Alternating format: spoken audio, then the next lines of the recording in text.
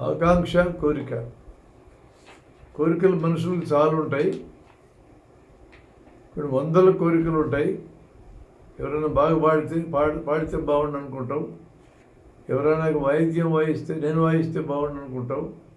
ఎవరైనా నేను పరిగెత్తే బాగుండు అనుకుంటాం. ఎన్ని కోరికలు. ఆకాంక్ష అన్నప్పుడు ఖచ్చితంగా దాన్ని సాధించాలి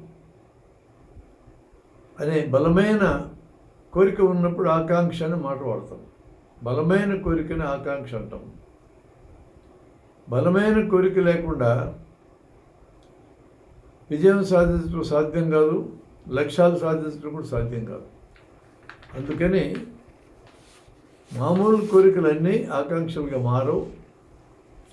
ఆకాంక్షలుగా మార్చదలుచుకునే కోరికలుగానే మొదలవుతాయి.